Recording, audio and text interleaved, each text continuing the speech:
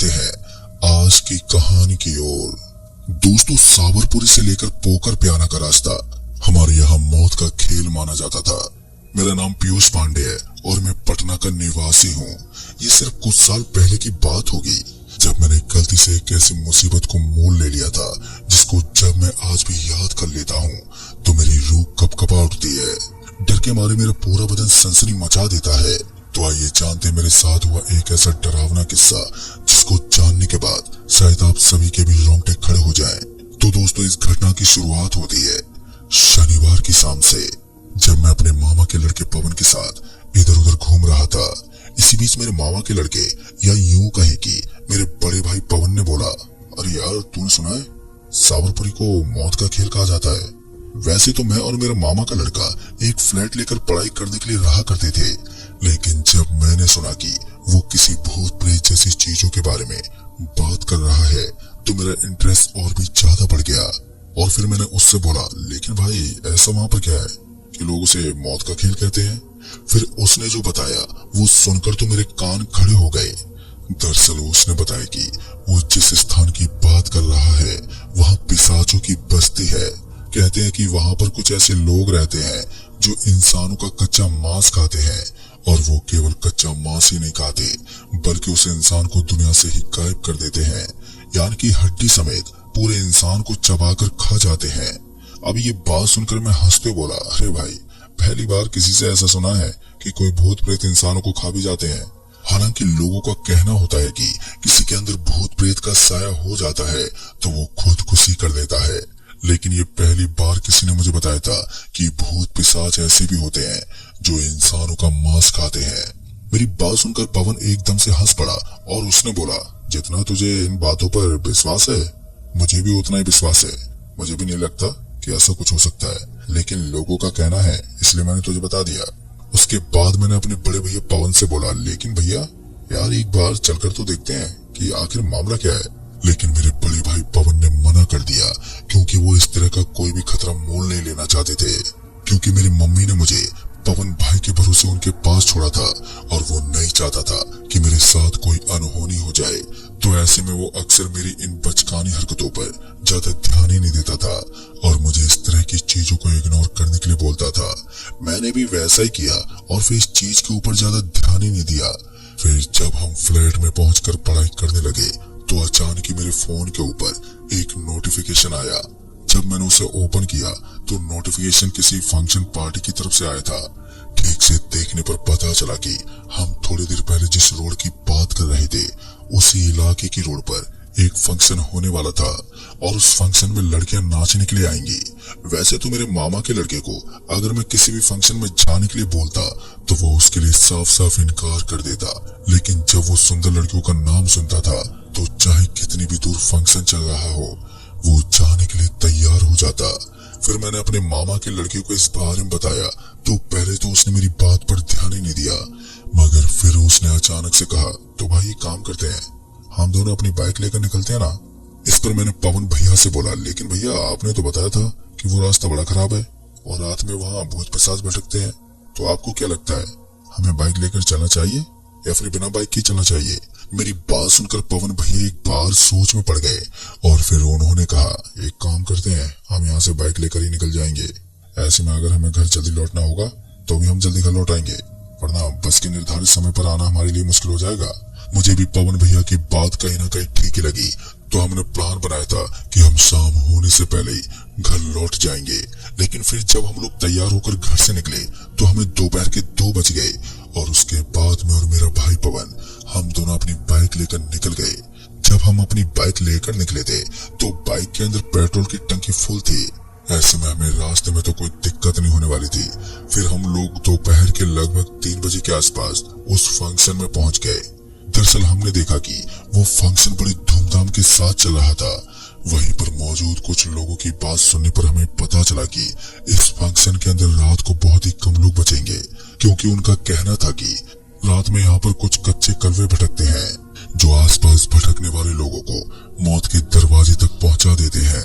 ये बातें सुनकर मुझे और पवन भाई को इस बात पर कोई विश्वास तो नहीं हो रहा था, लेकिन इसके बावजूद भी मेरे पवन भैया ने बोला कि हमें इस तरह का खतरा नहीं उठाना चाहिए और समय रहते ही अपने घर पहुंच जाना चाहिए। और इसी तरह हम दोनों आपस में बातें करते करते वहीं पर वक्त गुजारने लगे। फिर हमने देखा कि वहां पर बड़ी खूबसूरत लड़कियां नाच रही थी और उनके नाच को देखकर हमें काफी सुकून भी मिल रहा था। ऐसे में हम दोनों थोड़ी देर और वहीं पर रुकना चाहते थे। फिर ऐसे थोड़ी देर के इस बहाने में हमें पता ही नहीं चला कि कब रात के 11 बज गए। और जैसे रात के 11 बजे तो मेरे पवन भाई ने बोला, भाई अब तो रात के 11 बज गए हैं यार, अब हम दोनों को यहाँ से निकलना ही होगा। उसकी बात सुनकर मैंने भी सोचा कि अब सही समय है यहाँ से निकलने का। फिर जब हमने अपने पीछे घूम कर देखा तो हमारी आंखें खुली की खुली रह गई। दरअसल हमने देखा कि शाम को जो लोग हमारे पीछे बैठे हुए थे, अब उनमें से बहुत ही सारे लोग एक एक करके अपने घर जा चुके थे। महज कुछ गिने चुने लोग ही बचे थे और शायद वो वही लोग थे जिनके पास गाड़ी हुआ करती थी, या फिर वो बस में सफर करने वाले लोग थे। फिर हम जैसे ही वहां से निकलने वाले थे तो वहीं के एक आदमी जो हमें अच्छी तरह से जानता था, उनका नाम रामदेव था। उसने हमें एक छोटी सी चेतावनी देते बताई कि तुम लोगों को अब फूक फूक कर ही कदम रखना है, क्योंकि अब तुम लोग जिस रास्ते पर सफर करने वाले हो वो रास्ता तुम्हारे लिए इतना आसान नहीं होने वाला। उस आदमी की बातें सुनकर हमें थोड़ा अजीब लगा, लेकिन फिर मेरे पवन भैया ने उस आदमी से पूछते हुए बोला, लेकिन भाई साहब आपको कैसे मालूम कि वो रास्ता बहुत ही भयानक है? फिर हम दोनों एक बार उस आदमी की तरफ ही देखने लगे, लेकिन उसने सामने से हमें कोई भी जवाब नहीं दिया। उसकी खामोशी ये बता रही थी कि जरूर वो उसी तरह की बातें करने में इंटरेस्ट रखता था जिस तरह की बातें कुछ देर पहले यहाँ पर बाकी लोग कर रहे थे। तभी मेरे पवन भैया ने बोला, अरे अंकल जी आप चिंता मत कीजिए, हम दोनों बहुत ही संभल कर जाएंगे और मैं अपने इस छोटे भाई को तो पूरा ख्याल रखूंगा। पवन भैया की बात सुनकर मुझे भी हंसी आ गई। वैसे तो हम दोनों भूत प्रेत जैसी चीजों पर विश्वास नहीं करते थे, लेकिन हमें डर था कि कहीं कोई चोर न मिल जाए, क्योंकि ऐसा कई बार होता था कि रास्ते में सफर करते हुए हमें जेब कतरे मिल जाते थे, जो अक्सर फोन के साथ साथ बाकी चीज भी छीन लेते थे और फिर उन्हें बेचकर पैसे कमाते थे। फिर उसके बाद मैं और पवन भैया जल्दी से उस फंक्शन हॉल से बाहर निकले और सीधा अपनी बाइक के पास पहुंच गए। तो हमने देखा कि बाहर की तरफ अब एक भी बाइक दिखाई नहीं पड़ रही थी। वहां पर जितने भी साधन खड़े थे उनमें सभी गाड़ियां ही थी और बाकी वहां पर इक्की दुक्की बस भी खड़ी नजर आ रही थी, जो शायद लंबे सफर वालों की थी। उसके बाद मैंने बाइक स्टार्ट की और पवन भैया को अपने पीछे बैठा लिया। हालांकि पवन भैया ड्राइव तो करना चाहते थे, लेकिन नया नया ड्राइवर होने की वजह से मुझे बाइक चलाने का काफी ज्यादा शौक था और यही शौक मेरे लिए खतरा बन जाएगा ये मैंने अपनी जिंदगी में पहले कभी सोचा तक नहीं था। खैर उसके बाद मैंने बाइक स्टार्ट की और हम दोनों भाई आराम से रास्ते को काटने लगे।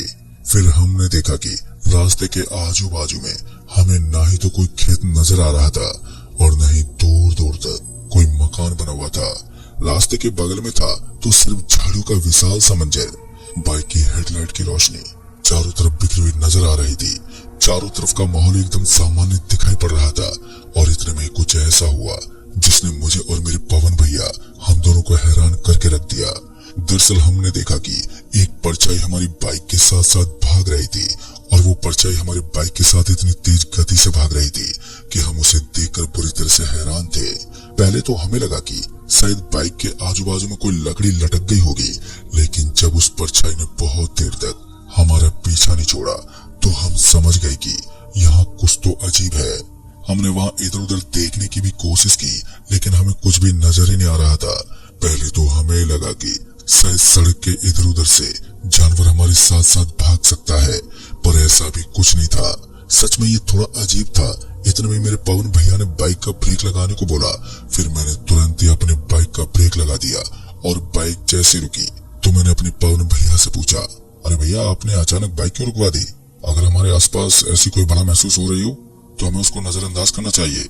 इस वक्त तो हम इस चीज को भ्रम भी नहीं बोल सकते थे, क्योंकि ये सब हमारी आंखों के सामने था।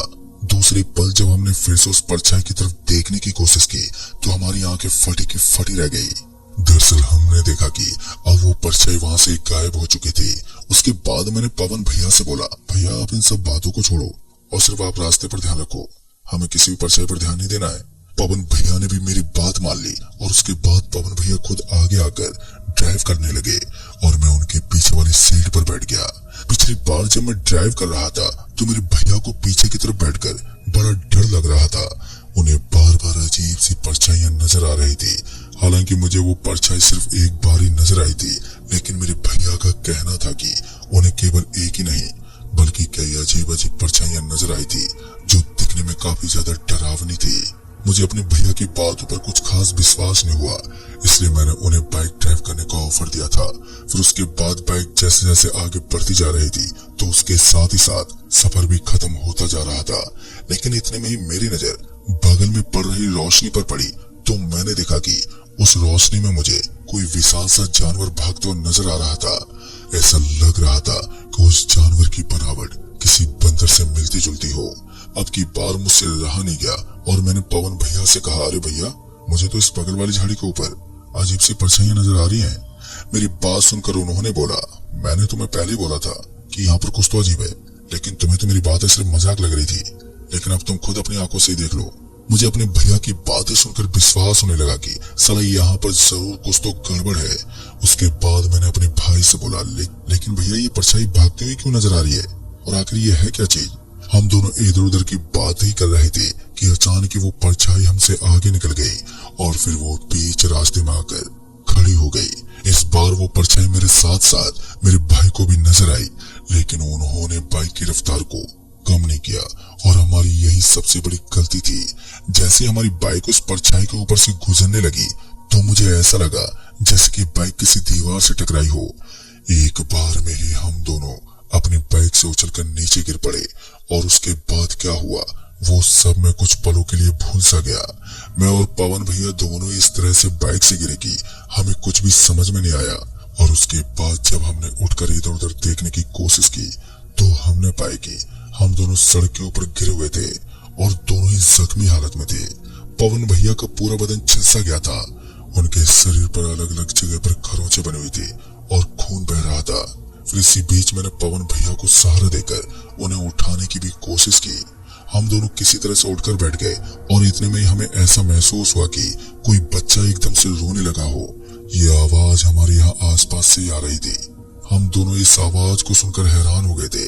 साथ ही अब हम दोनों को डर भी लगने लगा था, क्योंकि जैसा कुछ देर पहले एक आदमी ने बताया था कि इस रोड पर कच्चे कलवे रहते हैं जो इंसान का खून पीते हैं। ठीक वैसा ही हो रहा था, जो उस कच्चे कलवे के बाद बाकी का बच्चा कच्चा काम उनके पूर्वज यानी भूत पिशाच कर देते हैं, जो इंसानों का मांस खाने के साथ साथ उनकी हड्डी तक निचोड़ते। अब ये सुनने में इतना ज्यादा डरावना लग रहा था तो आप इमेजिन कर सकते हैं जिस इंसान के साथ ये सब बीत रही होती है आखिर उसकी क्या हालत होती होगी। बड़ी मुश्किल से मैंने अपने आप को सड़क के ऊपर से उठाया और पवन भैया को भी सहारा देकर उन्हें भी सड़क के बगल में लाकर छोड़ दिया। हम दोनों की बाइक भी अब जवाब दे चुकी थी। जब हमने अपनी बाइक के ऊपर ध्यान दिया तो हमने पाया कि बाइक का चेन सॉकेट टूट चुका था। इसका मतलब साफ था कि अब हम बाइक को पैदल भी नहीं घसीट सकते थे। अब वो पूरी तरह से खंडर सी हो चुकी थी।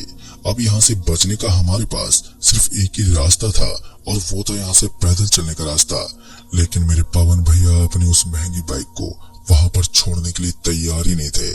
तभी उन्होंने बोला कि चाहे हमें कुछ भी हो जाए लेकिन मैं बाइक को यहाँ पर छोड़कर नहीं जा सकता हूँ।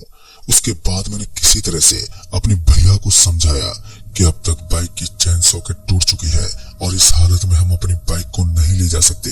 अगर हम उसे घसीटने की भी कोशिश करेंगे तो टायर की रिंग में बेंड हो जाएगा और उसके बाद वो बिल्कुल खराब हो जाएगी। दोस्तों, मेरी बात सुनकर पवन भैया को भी ये बात सही लगी और उन्होंने मेरे कहे मुताबिक अपनी बाइक को साइड में लगा दिया और हम दोनों किसी तरह पैदल पैदल वहां से निकलने लगे। मैंने अपने पवन भैया को अच्छी तरह से समझा दिया था कि अब तो हमें इस हैवानियत भरे रास्ते में फूक फूक कर कदम रखना है। जैसा कि वहां पर उन लोगों ने हमें बताया था, हमें किसी भी मोड़ पर कोई भी गलती नहीं करनी है और अगर हम किसी भी गलती को अंजाम देते हैं तो फिर हमारे लिए वो बहुत ही भयानक हो सकता है। मेरी बात सुनकर पवन भैया ने भी अपना सर हिलाया और उसके बाद हम दोनों डरे सहमे कदमों के साथ उस रास्ते पर सफर करने लगे। हम दोनों की हिम्मत ने भी जवाब देना शुरू कर दिया था, लेकिन वो कहते हैं ना, जब आपके पीछे मौत पड़ी हो तो आप किसी भी हद तक जा सकते हैं। हमारे साथ भी इस टाइम पर कुछ ऐसा ही हो रहा था। हमें लग रहा था कि ये रास्ता काटना हमारे लिए बहुत ही आसान होगा, लेकिन हमारी इन उम्मीदों पर पानी तब फिर गया जब हमने देखा कि सामने की दिशा में हमें फिर से किसी बच्चे की रोने की आवाज आ रही थी। पिछली बार जब हमने इस तरह की आवाज को सुना था तो हमारे साथ एक भयानक घटना घटी थी, और इस बार फिर से इस तरह की आवाज को सुनकर मेरे और पवन भैया के रोंगटे खड़े हो चुके थे। दरअसल हम दोनों की हालत अब खराब होने लगी थी। तभी पवन भैया ने बोला, डर से डरेंगे तो शायद ये काली ताकतें और भी भयानक बन जाएंगी। मुझे भी पवन भैया की बातें काफी हद तक सही लग रही थी, क्योंकि जिस तरह से आज इन काली शक्तियों ने अपना भूचाल मचाया हुआ था, उस हिसाब से अगर हम इससे मात खाकर पीछे हट जाते तो ये उल्टा हमारे ऊपर ही ज्यादा हावी होने लगती। इसलिए हमें इनसे डटकर सामना करना था। ऊपर से हमें इंतजार था कि कब कोई गाड़ी या बस वाला हमें किसी तरह से लिफ्ट दे दे ताकि हम अपनी जगह तक पहुंच सके, क्योंकि अगर इस वक्त हमें अगर अपनी जान बचानी थी तो किसी भी तरह से कोई साधन पकड़कर यहाँ से निकलना था। और यहाँ इतनी रात को साधन पकड़ना हमारे लिए इतना आसान भी नहीं होने वाला था। फिर भी किसी तरह से हम दोनों एक उम्मीद जगाए हुए थे कि कोई गाड़ी वाला आएगा और हमें लिफ्ट देकर हमें हमारी सही राह तक छोड़ देगा। अब हम इसी चीज का इंतजार कर रहे थे कि कब कोई बस या गाड़ी वाला पहुंचे और हमें इस मौत के मंजर से बाहर निकाल दे। बस या गाड़ी का तो पता नहीं, पर हम जैसे जैसे आगे बढ़ते जा रहे थे तो वैसे वैसे वो बच्चे की रोने की आवाज हमें और भी तेज गति से सुनाई दे रही थी। लेकिन हम दोनों ने अपने कदमों की रफ्तार को कम नहीं किया। हम लगातार आगे की तरफ चलते जा रहे थे और हमने ठान लिया था कि अब जो होगा वो देखा जाएगा। हमें किसी तरह से इस रास्ते को पार करके आगे निकलना ही पड़ेगा। हम इस बात से अच्छी तरह से रूबरू थे कि अगर हमारी मुलाकात किसी शैतान से हुई तो हम दोनों की मौत भी हो सकती है। लेकिन हम ये भी अच्छी तरह से जानते थे अगर हमने पीछे की तरफ जाने का फैसला किया तो फिर हमारे साथ कोई भी भयानक हादसा हो सकता है। एक तो हमारी बाइक इस बीच रास्ते में खंडर बन चुकी थी, और दूसरी तरफ हमें यहाँ से गुजरने के लिए कोई बस या फिर गाड़ी भी नहीं मिल रही थी। ऐसे में हमारे लिए मुसीबतें तो लगातार बढ़ती जा रही थी, लेकिन उनका सॉल्यूशन कहीं भी दिखाई नहीं दे रहा था। इतने में ही मुझे ऐसा लगा कि कोई गाड़ी या फिर यूं कहें कि कोई बस हमारे पीछे आ रही थी। एक बार के लिए जब हमने पीछे घूमकर देखने की कोशिश की तो हमने देखा कि ये केवल एक हेडलाइट ही थी, लेकिन उसकी आवाज से ऐसा लग रहा था कि ये कोई गाड़ी ही थी।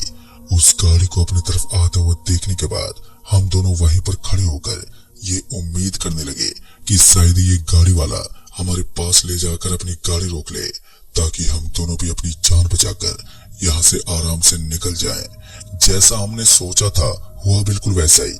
उस गाड़ी वाले ने एकदम से गाड़ी को रोक लिया और हमारे बगल में लाकर आहिस्ते से बोला, क्यों भाई साहब, कहीं जाना है क्या आपको? कहो तो आगे तक आपको छोड़ दूं। उसकी इस बात ने मानो हमें अमृत पान करवा दिया था। मैंने उस आदमी को अपनी तरफ से जवाब देते बोला, भाई साहब कृपया करके आप हमें हमारे इलाके तक छोड़ दीजिए, आपका बहुत भला होगा, आपका ये एहसान मैं कभी नहीं भूल पाऊंगा।